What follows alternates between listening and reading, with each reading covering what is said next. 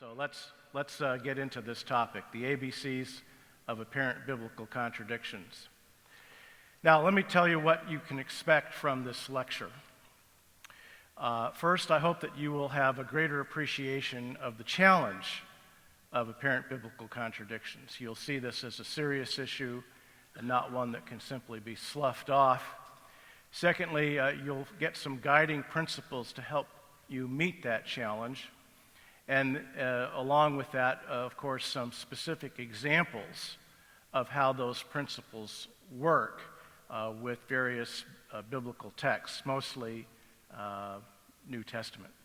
So ABCs, and we'll start with A, approach difficulties with the right attitude.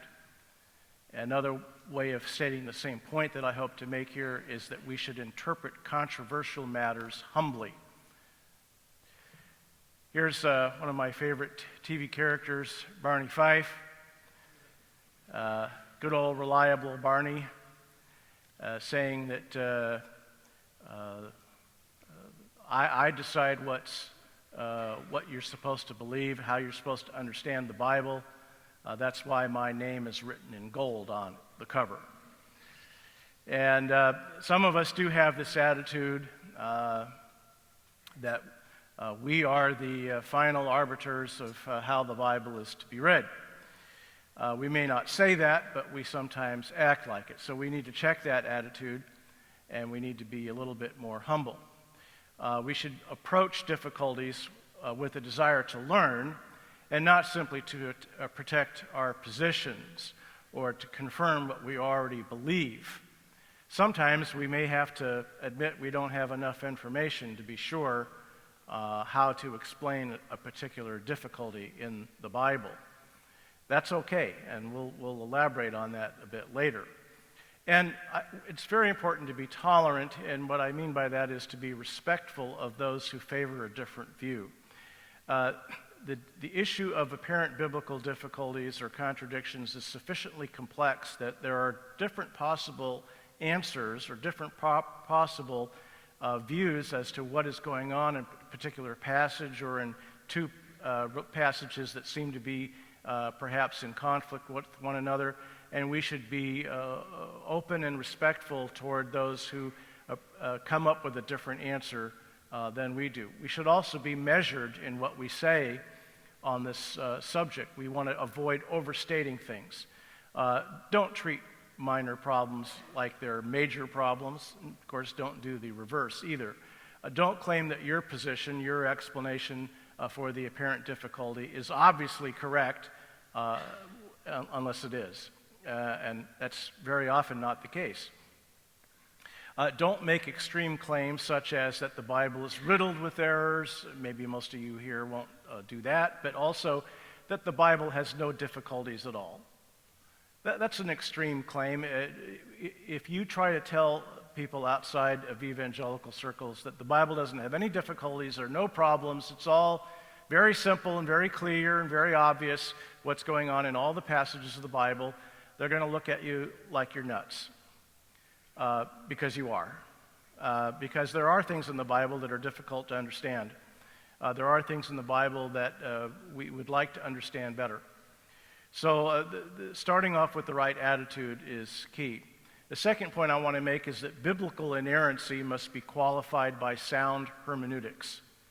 Biblical inerrancy, which I affirm, must be qualified by sound hermeneutics, which is the science or discipline of interpretation of texts. The point I want to make here can be stated this way. We want to interpret Scripture literally. Now, you may think that's a misprint, that I meant to say literally. No, I meant to say literately. And what that means is that we read biblical texts as literature, as not fictional literature, and except with rare exceptions, but as texts, as human texts that convey meaning through the way the words are put together in their contexts. So that kind of literate approach to the text is very important. Now, simple examples would have to do with figures of speech, such as idiomatic expressions.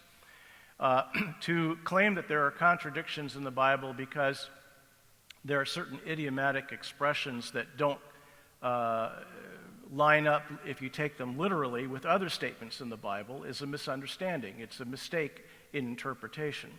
So here's an example, and this comes up quite a bit. In Matthew 12:40, Jesus said that he, referring to himself as the Son of Man, will be 3 days and 3 nights in the heart of the earth. And he's comparing himself here with Jonah. That's Matthew 12:40.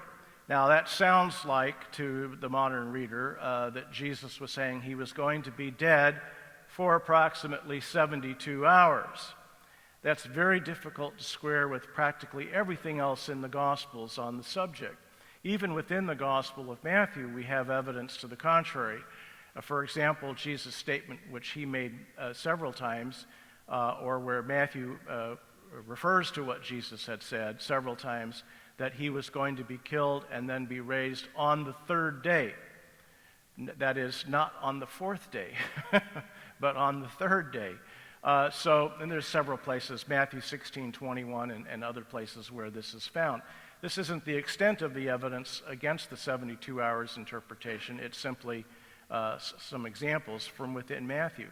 Well, most likely the expression 3 days and 3 nights is being used idiomatically to refer to a period of time that includes any parts of 3 days. And so we don't need to find literally 3 nights and 3 days, and therefore 72 hours. And we don't need to move the crucifixion to Wednesday or something like that. More broadly, metaphors and other figures of speech used to make different points should not be viewed as contradictory. I like this little comic here where a guy comes to the complaint desk and says, "Excuse me, I ordered a metaphor, but I got a simile instead." And the guy behind the counter says, "Sorry, we're busy as bees." Busy as bees, that's a simile. All right, so it's helpful to know what these are and to be familiar with them and to recognize them. Now, it's easier for us to recognize metaphors, similes, and other figures of speech from our own culture than it is from those people in another culture.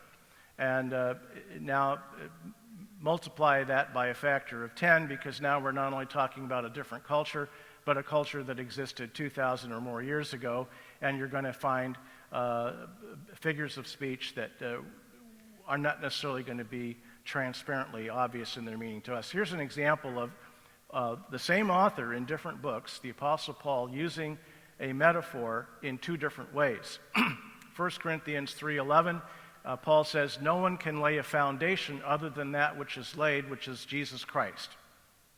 So Jesus Christ is the foundation.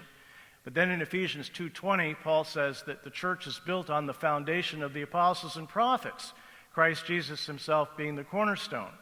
Well, now wait a minute. Is the foundation Christ, or is the foundation the apostles and prophets? Is that a contradiction? No, because this is simply 2 different uses of the same metaphor to make 2 different points. They're overlapping in the significance of the points, but they're not identical uses of the metaphor, and there's no reason why they would need to be identical. So don't get tripped up by this kind of, there's a metaphor for you. Don't get tripped up by this kind of phenomenon in Scripture. Another hermeneutical observation that is worth making is that narratives that present events in different orders need not be contradictory if one or more of these narratives do not claim to be giving a strict chronological order.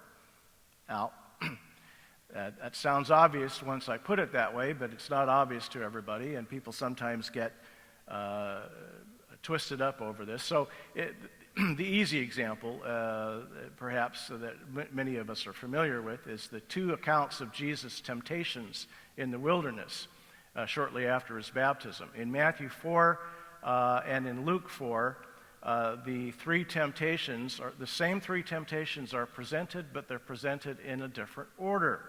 So it's turn stones into bread, throw yourself down from the temple, and worship the devil.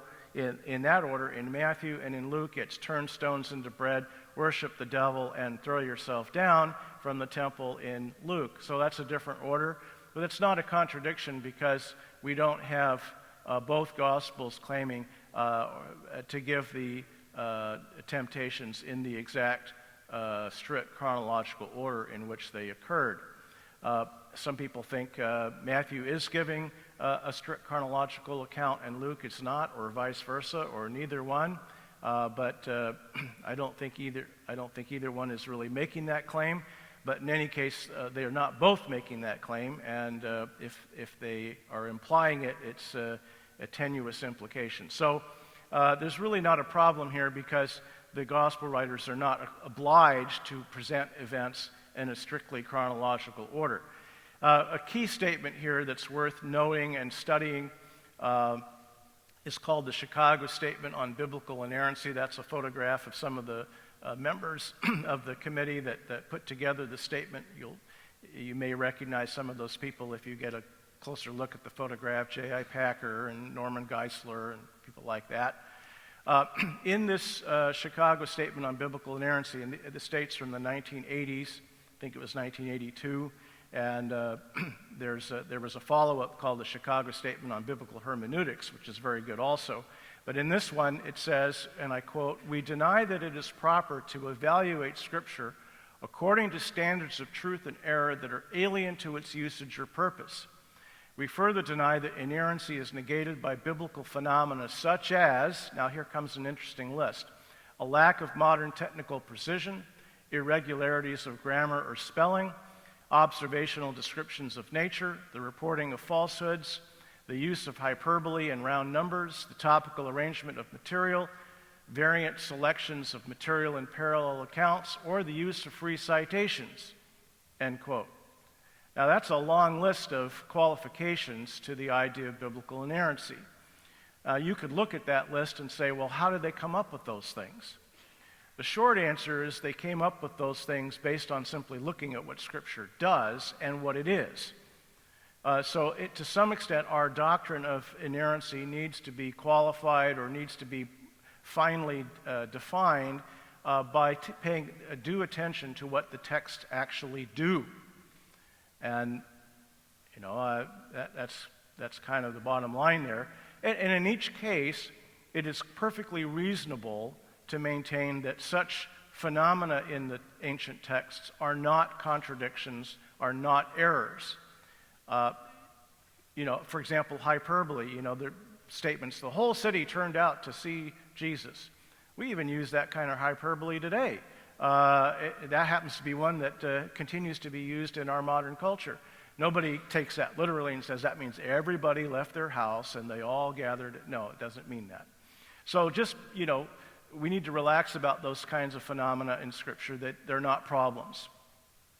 Later in the same statement, in the section called the exposition, the Chicago Statement says, and I quote, "Differences between literary conventions in Bible times and in ours must also be observed. For instance, non-chronological narration," and I've already mentioned that, "and imprecise citation were conventional and acceptable and violated no expectation in those days. We must not regard these things as faults when we find them in the Bible, in Bible writers. When total precision of a particular kind was not expected or aimed at, it is no error not to have achieved it," end quote. Now, let me just pause on that point there, and please notice something that the Chicago Statement is doing.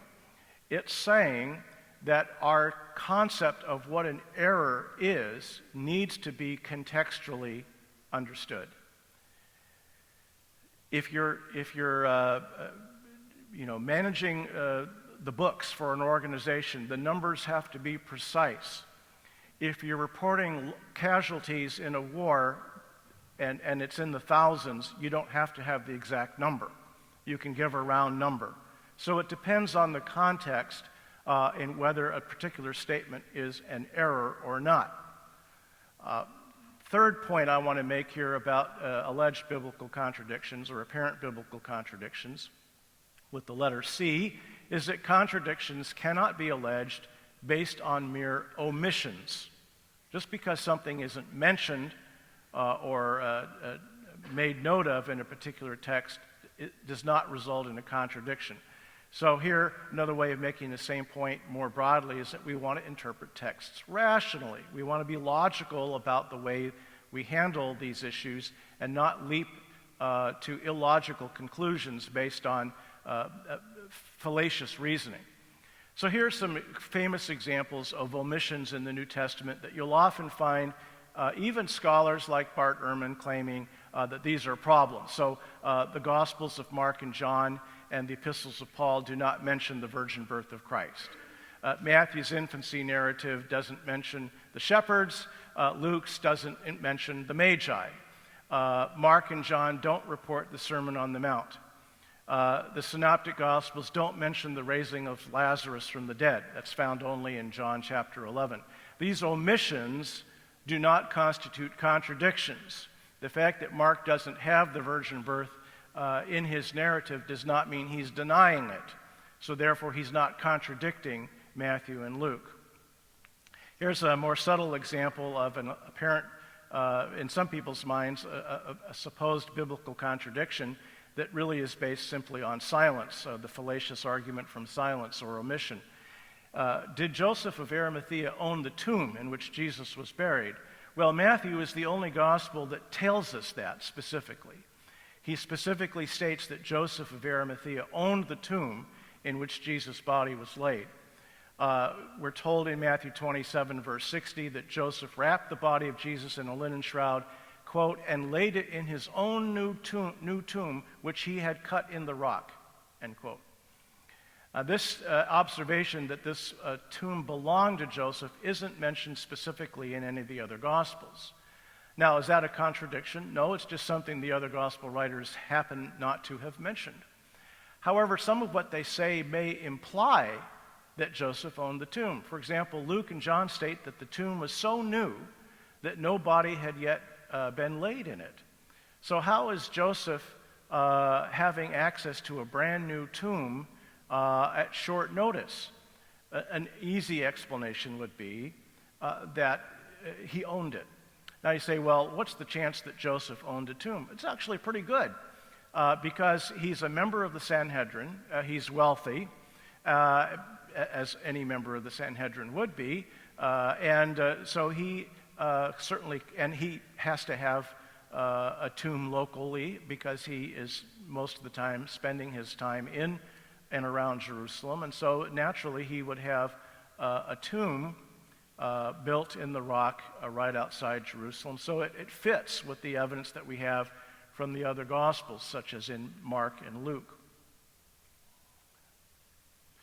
A fourth point I want to make is that differences are generally not contradictions. Now, of course, omissions is a kind of difference, but now we're going to talk about actual contents in parallel or different passages where you could see some differences. And the point I want to make here is not only that differences are not necessarily contradictions, but they're generally not contradictions. Something is generally going on other than a contradiction. And broadly speaking here, we want to interpret statements in the Bible meaningfully. We want to get at what they mean, not just what they say on a purely verbal level. Now, there are a variety of textual differences that we encounter in the Bible as we do in any other text. There are different contexts, different order of events, different sayings. Could be we have two statements reported that Jesus is reported as making, and they're very similar statements, but they're given on different occasions. That's a possibility. Also, we could have different forms of the same saying. Maybe we are getting two reports of what Jesus said at a particular moment, but we're just getting the statements reported in different form. That's not necessarily a contradiction. It's simply a different way of reporting what Jesus said. We also have different comments or explanations by the authors that we sometimes will notice as differences in the text. So, whoops, we went shooting by there, so we need to go back. There are it's a fairly long list of potential non-contradictory explanations for biblical differences. And if you're going to be reasonable about this, you should at least consider some of these before jumping to the conclusion that there's a contradiction in the Bible. We could have different elements of the same event being reported. Different witnesses may remember different details. We could have different events or occasions that are very similar. Presumably, Jesus did some things more than once or did similar things on various occasions that would have some similarities. I mean, if Jesus was healing a lot of people, for example, some of those healings are going to sound like each other because he did the same kinds of things on multiple occasions.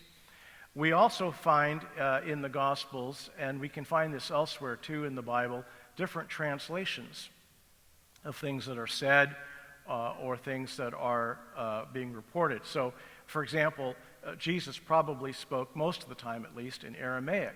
Well, the Gospels aren't written in Aramaic, they're written in Greek. So what we have are Greek translations of Jesus' sayings, which were originally spoken in a different language. Naturally, those who are translating these statements will sometimes vary in the exact Greek words they choose to convey the meaning of what Jesus said in the original language. Sometimes we have different wordings of the same statements that go beyond simply a matter of translation. In looking at Jesus' statements in the Gospels, it's common to distinguish here between what is called the ipsissima vox and the ipsissima verba. These are Latin expressions meaning the very voice voice of Jesus and the very words of Jesus. Ipsissima vox means what we're getting in the Gospels is Jesus speaking, but interpreted or explained in a way that the Gospel author's readers will connect with, will understand. So there may be some paraphrase there to convey the meaning. Ipsissima verba would mean this is exactly what Jesus said, word for word. Now, technically, if we're going to be precise about it, the only place that we have the ipsissima verba of Jesus is in the statements that Jesus made in Aramaic that are quoted in Aramaic in the Gospels. And there aren't very many of those, but there are some, particularly in Mark. And I would say when Mark gives us the Aramaic statement that Jesus made, we are getting the ipsissima verba of Jesus, exactly what he said, word for word. Apparently such a memorable statement that it was remembered verbatim as to what Jesus said on those occasions. Otherwise, what we're getting in the Gospels are Greek translations of what Jesus said that express his meaning, but may not use a literal one-to-one corresponding kind of translation or a wooden translation of what Jesus said. Now, don't get too exercised over this qualification, because for the most part, the Gospel authors translate what Jesus said pretty literally. I'll give you a simple example. Throughout the Gospels, we find Jesus making statements about the Son of Man. Now, that title doesn't, as it were, translate very well into Greek. It's not a common Greek expression or title that let's say a cultured Greek reader would understand. The only way you would really know what that meant was to be familiar with the Old Testament, especially Daniel 7.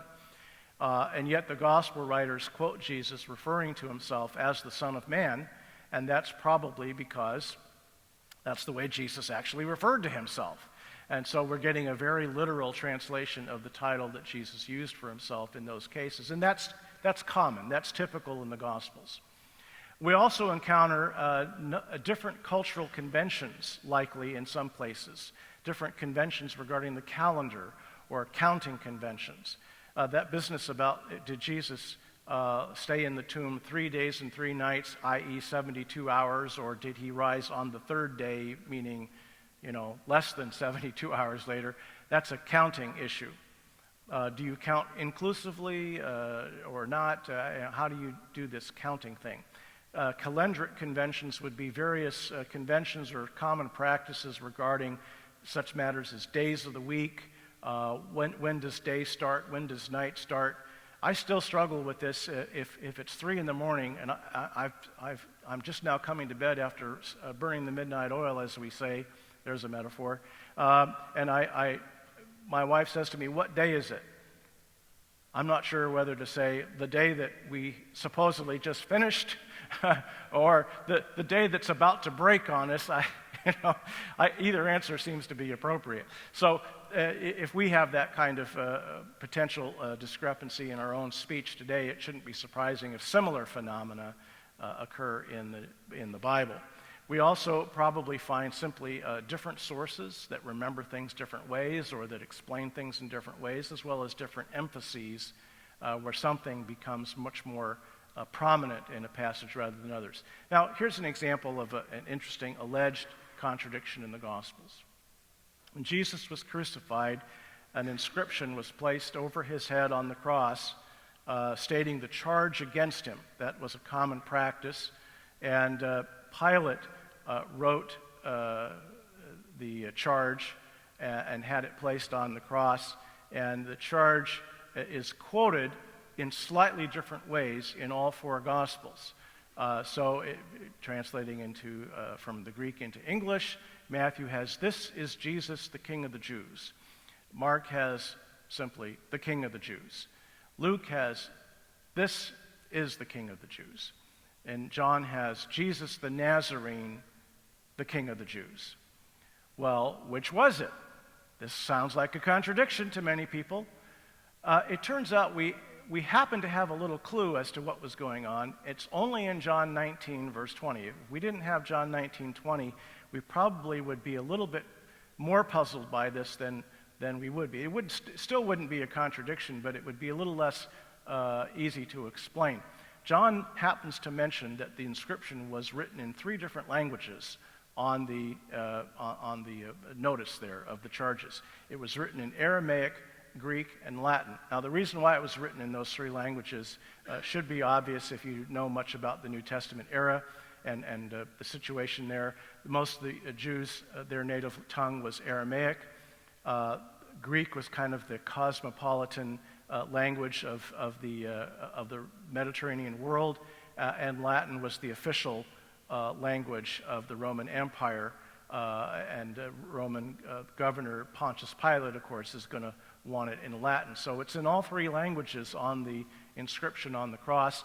And since we have 4 different translations or quotations in Greek in the 4 Gospels, and there were 3 inscriptions, if you will, or 3 different wordings, it's easy to understand how you could have slight variations in the way it's quoted in the 4 Gospels. Maybe the wording was a little bit different in the Aramaic than in the Latin. Maybe one or more gospel writers paraphrased what one of the lines said. Again, it's perfectly legitimate to do that.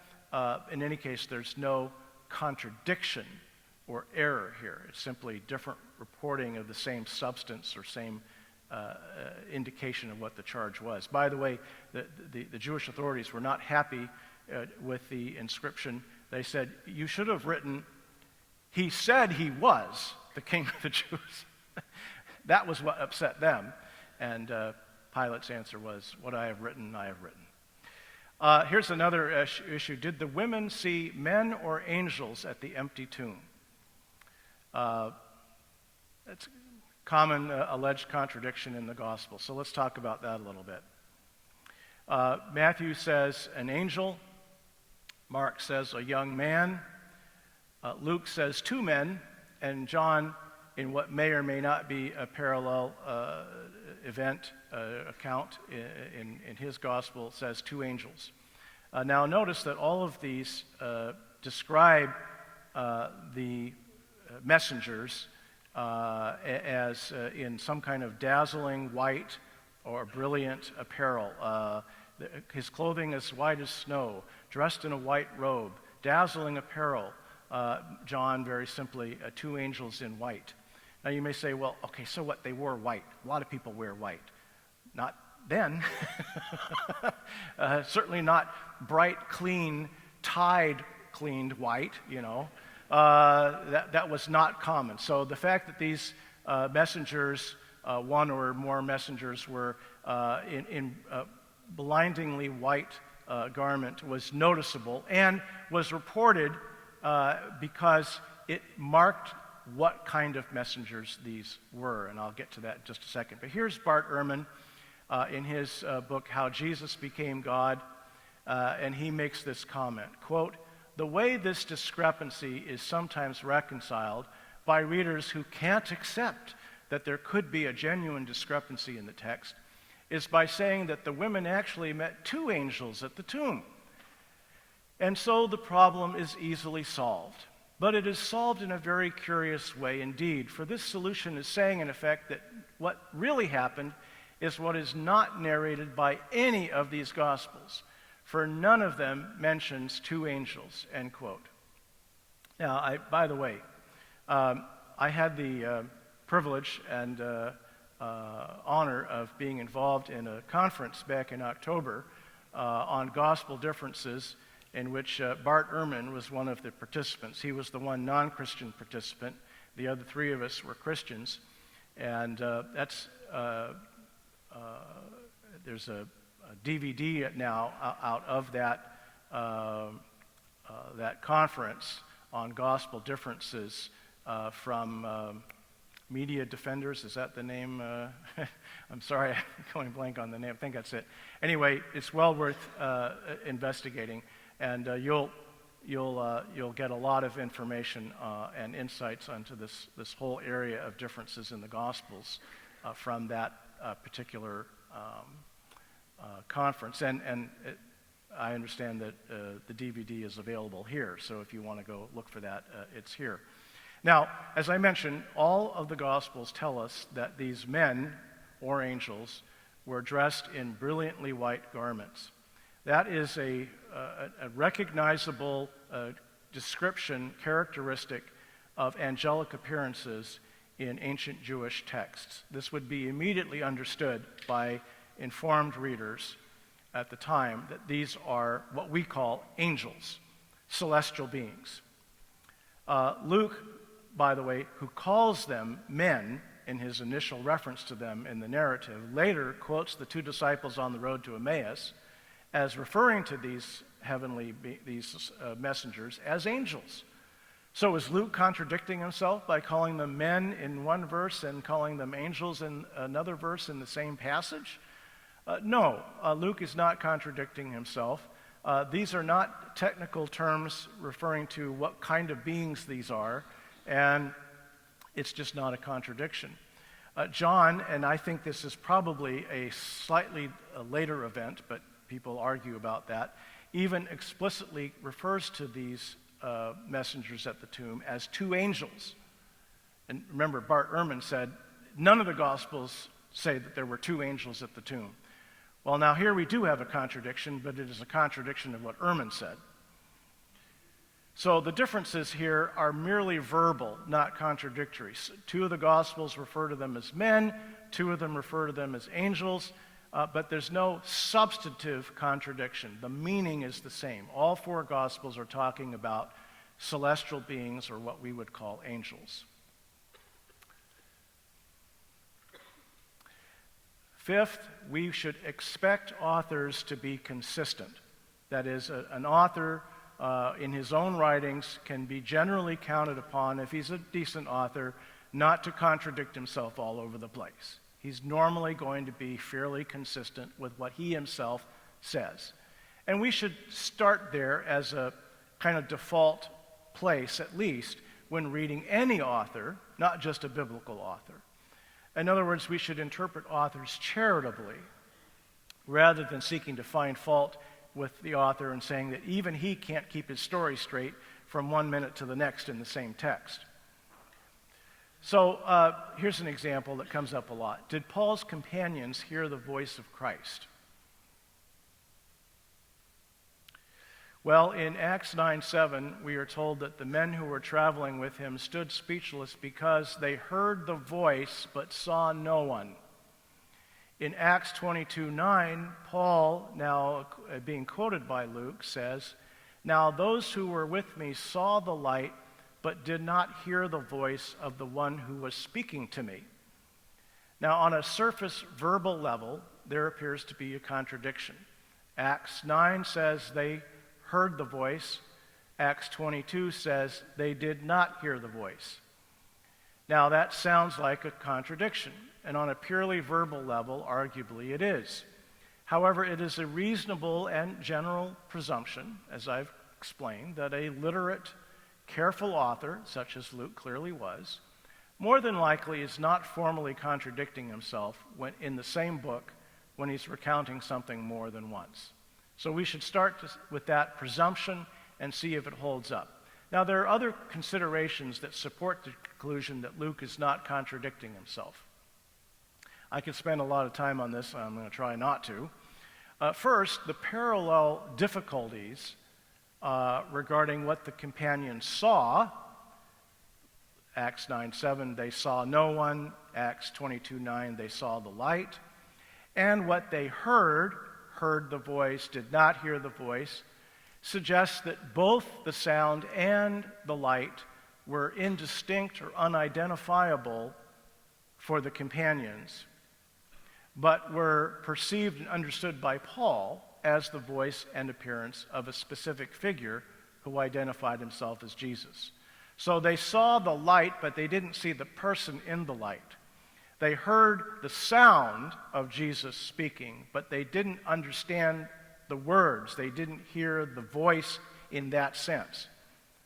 Now, the inherent ambiguity and range of connotations of the words for hear in Greek, in English, or any other language pretty much, makes this interpretation eminently plausible. After all, there have been many times when and this happens more and more as I get older, where I have to say to somebody, I'm sorry, I didn't hear what you said. What do I mean? What I mean is I recognize that some sounds were coming out of your mouth. Unfortunately, I wasn't able to make out the words. Could you please say that again? And yes, this gets worse as you get older. So that's a perfectly understandable phenomenon in many ways, and that's just one example. Now, all three parallel accounts in Acts, there's three of them actually because we have to throw in Acts 26, of all three accounts of Paul's vision make the point that the voice of Jesus was speaking directly to Paul, and that Paul specifically heard what Jesus said. No one else actually heard the words that Jesus spoke. They didn't know what Jesus said. They didn't even know it was Jesus. But they experienced something. Next, we should favor harmonization where plausible. Now notice I did not say where possible, but where plausible. Plausible means not only is it possible, but it makes some sense. It's a reasonable explanation. We should this, of course, most of these things come up in what appear to be parallel passages, and we need to interpret parallel passages carefully. That image is an image of a gospel harmony of a particular passage where the wording isn't exactly the same in the three passages. Now, I would suggest that harmonization that resolves an apparent difficulty in a plausible manner is to be preferred, all of the things being equal, to the claim that the author committed an error. So let's look at an example.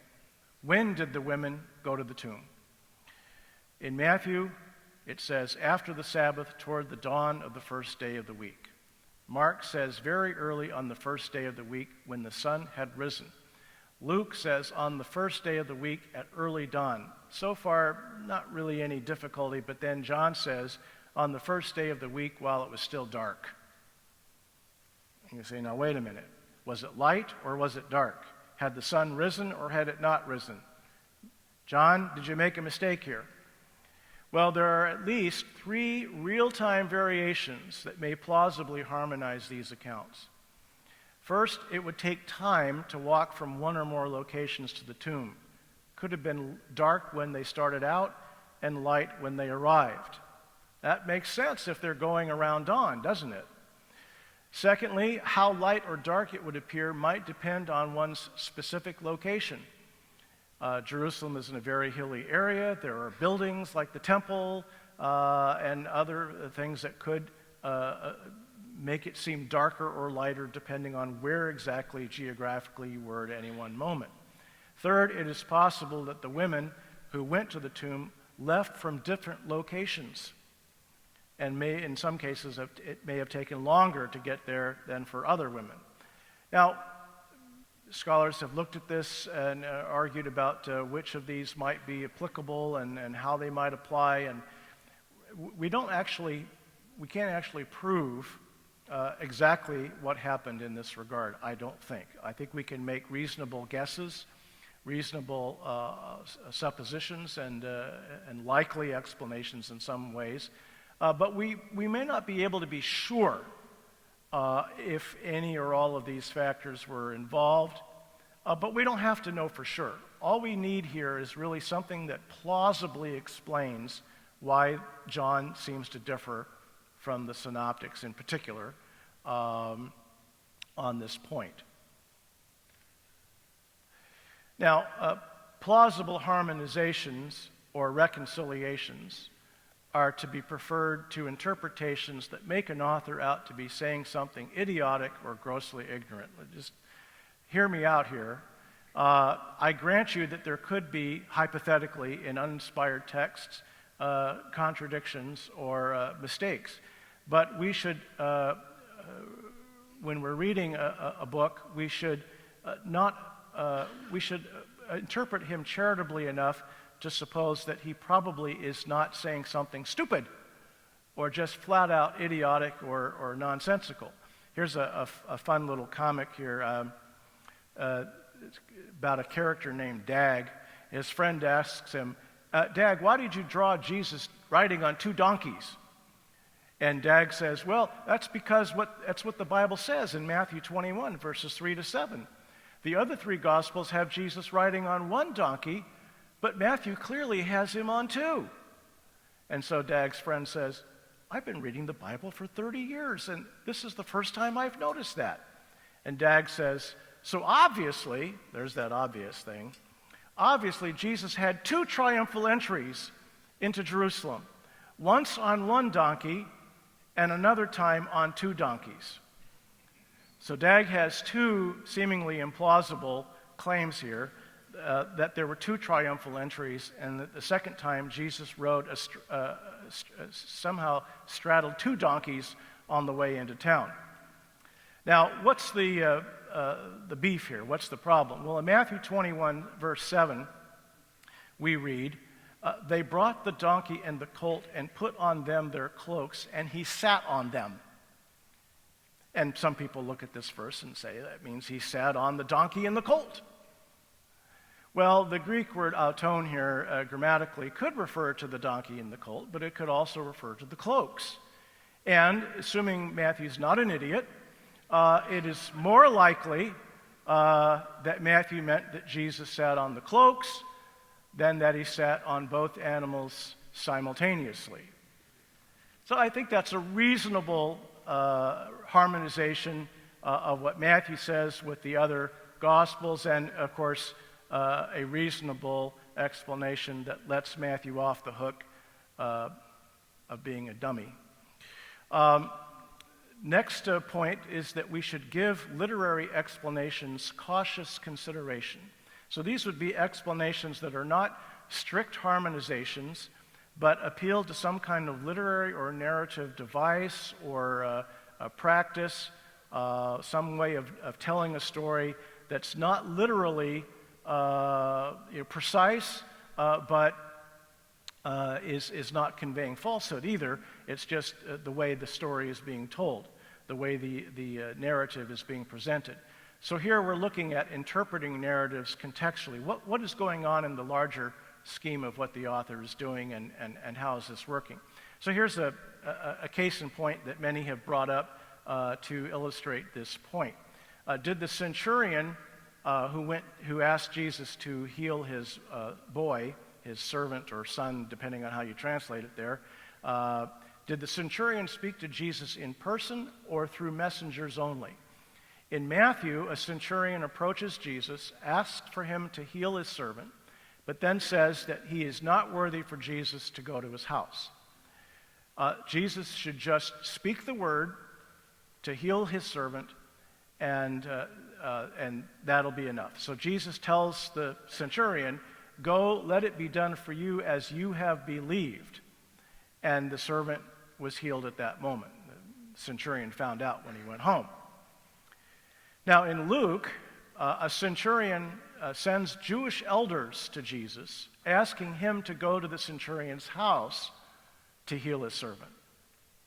The elders make an impassioned plea on the centurion's behalf, and Jesus starts off with them to go to the centurion's house. Meanwhile, the centurion realizes, oh no, I'm not worthy to have him come in my house. So he sends friends to Jesus saying that he's not worthy for Jesus to enter his house, so if he would just speak the word to heal his servant, that'll be enough. When the messengers come back from talking to Jesus, they find that the servant is well. Now, let's stay on that slide for just a second here. One hypothetical explanation you might be wondering about, we should dispense with right away. This is clearly the same event. Not just because it's about a centurion and a servant or boy, but because, and not because of all the parallels in the passages, but also because of where it is narrated. In both accounts, this follows immediately on what we call in Matthew the Sermon on the Mount.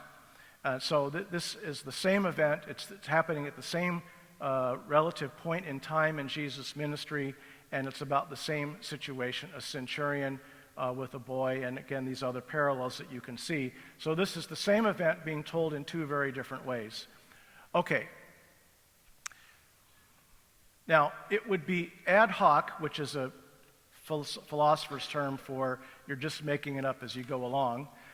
It would be ad hoc in the extreme to theorize that the centurion sent messengers, then sent a second set of messengers, and then decided to go himself and repeat what the first two sets of messengers said, as if Jesus hadn't already heard it.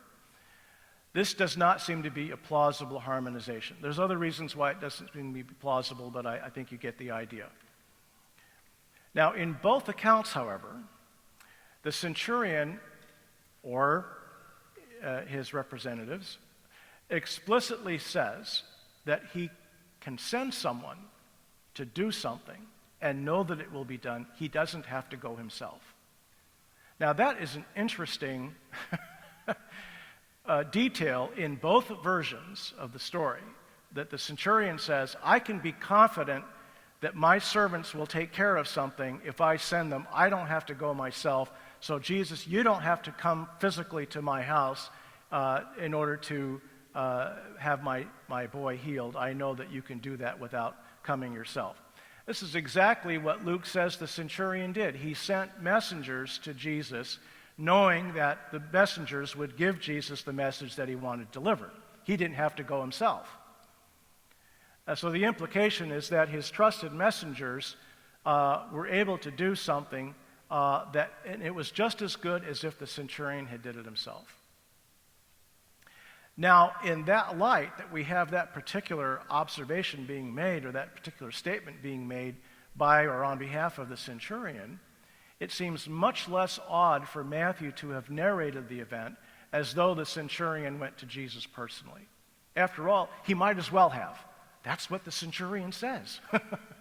So it could very well be that Matthew has simplified the story and eliminated the messengers just to streamline and get to the point, because, in fact, it really didn't matter whether it was the centurion physically going to Jesus or sending messengers, and that's actually a point that the centurion makes.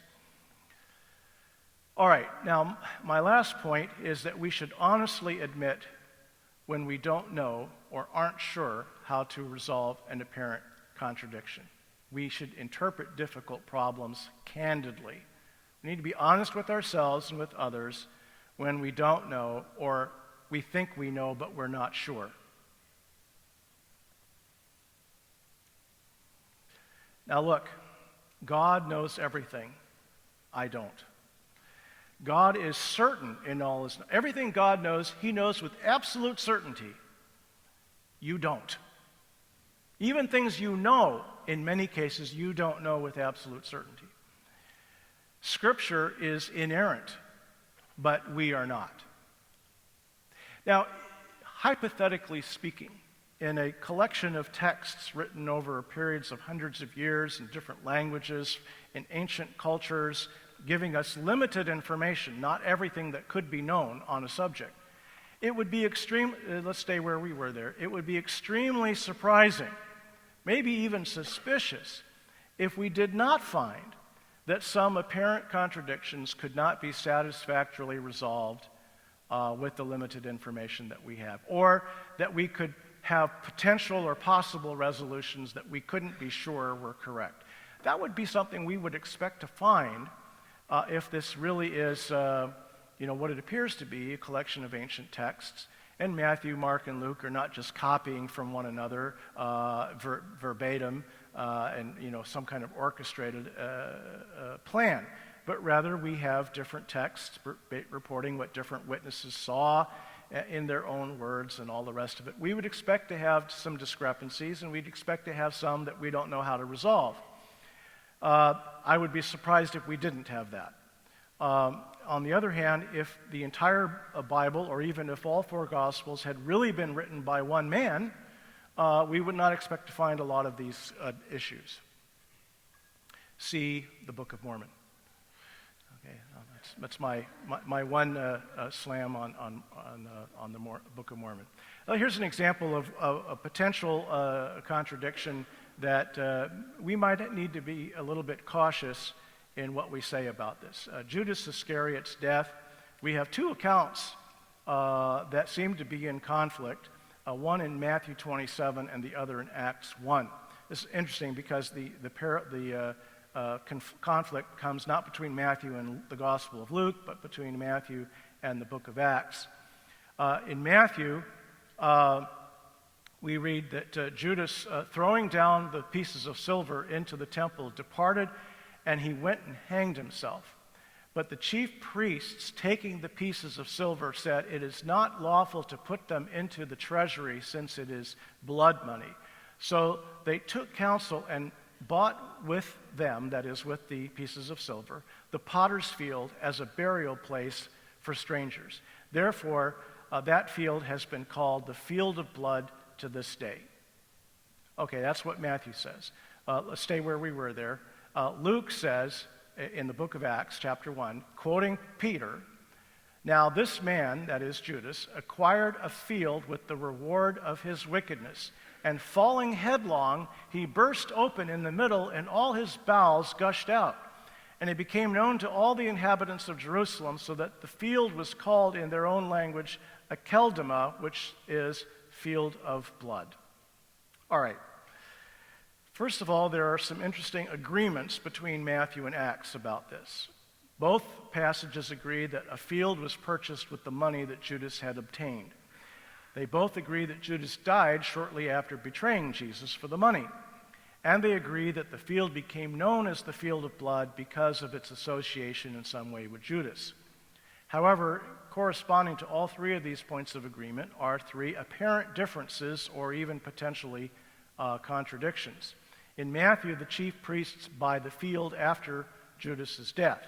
In Acts, Judas at least seems to buy the field before his death. In Matthew, Judas deliberately hung himself. It doesn't say deliberately, but one kind of infers that he did so on purpose. In Acts, Judas seems to have died accidentally in a gruesome fall. In Matthew, the field was called the field of blood because it was bought with blood money, i.e., that is, by betrayal, by money obtained through betrayal. In Acts, it was apparently called the field of blood because of Judas's own bloody death. Well, no, so we don't just have one apparent discrepancy or potential contradiction here, but as many as three in very short passages, too. Now, how might these apparent discrepancies be resolved? Well, perhaps Judas hung himself, and after a period of time, the rope broke, and his body fell and burst open. This is the common harmonization as to how Judas died and how to reconcile the two passages on that point. There's one little nagging problem, and that is the statement that he fell headlong, that's how the word is usually translated, makes this explanation difficult. Normally, if you're hanging by your neck from a rope and the rope breaks, you're not going to fall headlong. That's a strange, awkward interpretation. Early on, this was recognized, apparently. The Syriac version says that he swelled up rather than fell headlong. That's probably not a legitimate translation of the Greek word, but it has ancient precedent. When Luke says that Judas acquired a field, perhaps he meant that Judas's ill-gotten money was used by somebody else to buy the field, and we might say, look what his money got him. Not meaning that he personally went out and purchased the field. Perhaps both Judas's act of betrayal for blood money and his own bloody death were associated with the field and were both involved in the field becoming known as the field of blood. Now, you may have noticed there are a lot of perhaps there. And so that's a bit of a concern. The accounts in Matthew and Acts are not necessarily contradictory, but our best explanations appear to be guesses. They might be good guesses, but they appear to be guesses.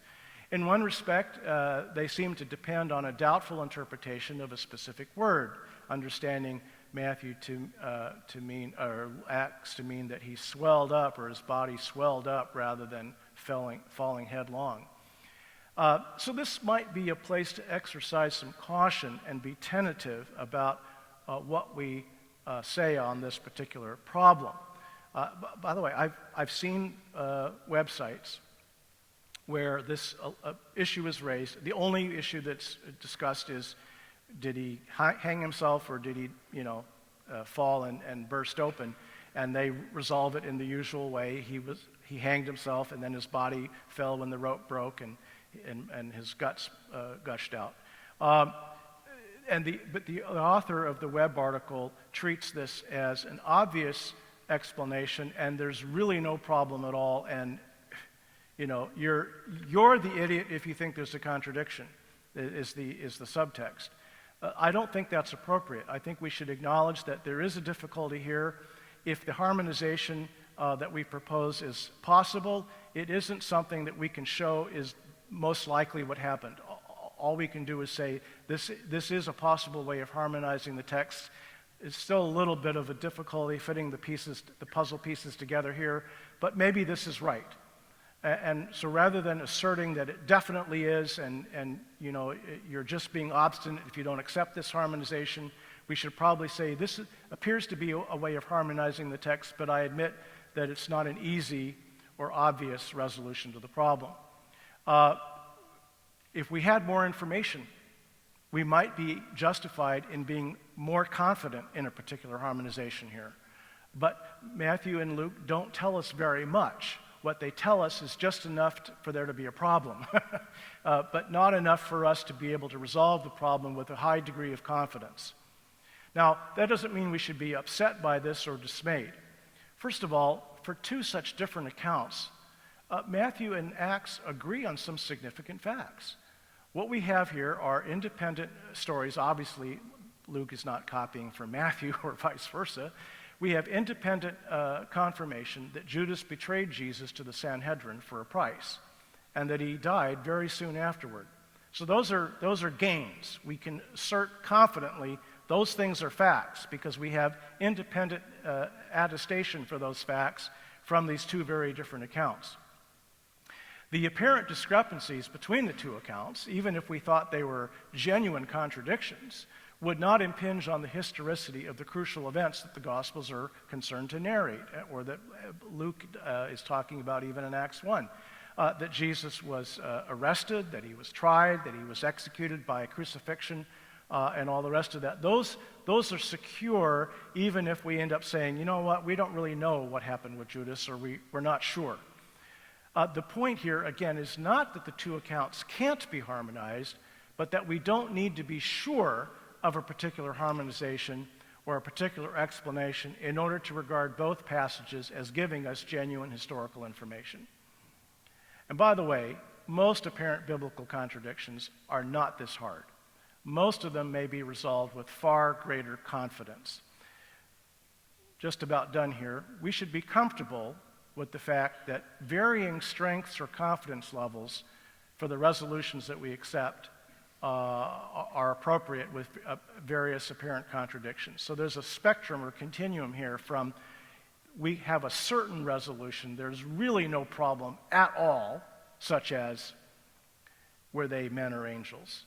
That's not really a problem at all the way down to the other extreme is we don't really have a very satisfactory resolution. It may be a possible one, but not one we're really happy with. And everything in between. But when I say that there is this spectrum or continuum, I should again qualify that it's heavily tilted to what is graphically on your image there, to the left end of the spectrum. Most apparent discrepancies or apparent contradictions in the Bible we can resolve either with certainty or show we are quite likely or quite probably looking at the correct answer. In some cases, our resolution may be acceptable but weak. In a few places, we may not feel that we have enough information to resolve the problem. But in most cases, we can resolve it with a fairly high degree of confidence. Let me review very quickly here what we've said. First, we want to approach difficulties with the right attitude. Biblical inerrancy must be qualified by sound hermeneutics. We can't simply assume that we know what it means to say that something is inerrant. Contradictions should not be alleged based on mere omissions. That's an argument from silence. Differences are generally not contradictions. We should expect authors to be consistent. That should be our default charitable assumption, that an author is going to be consistent with himself. We should favor harmonizations where plausible, but also be prepared to give literary explanations cautious consideration where a straightforward harmonization does not seem to work well. And finally, we should honestly admit when we don't know or we're not sure how to resolve an apparent contradiction. Thank you very much.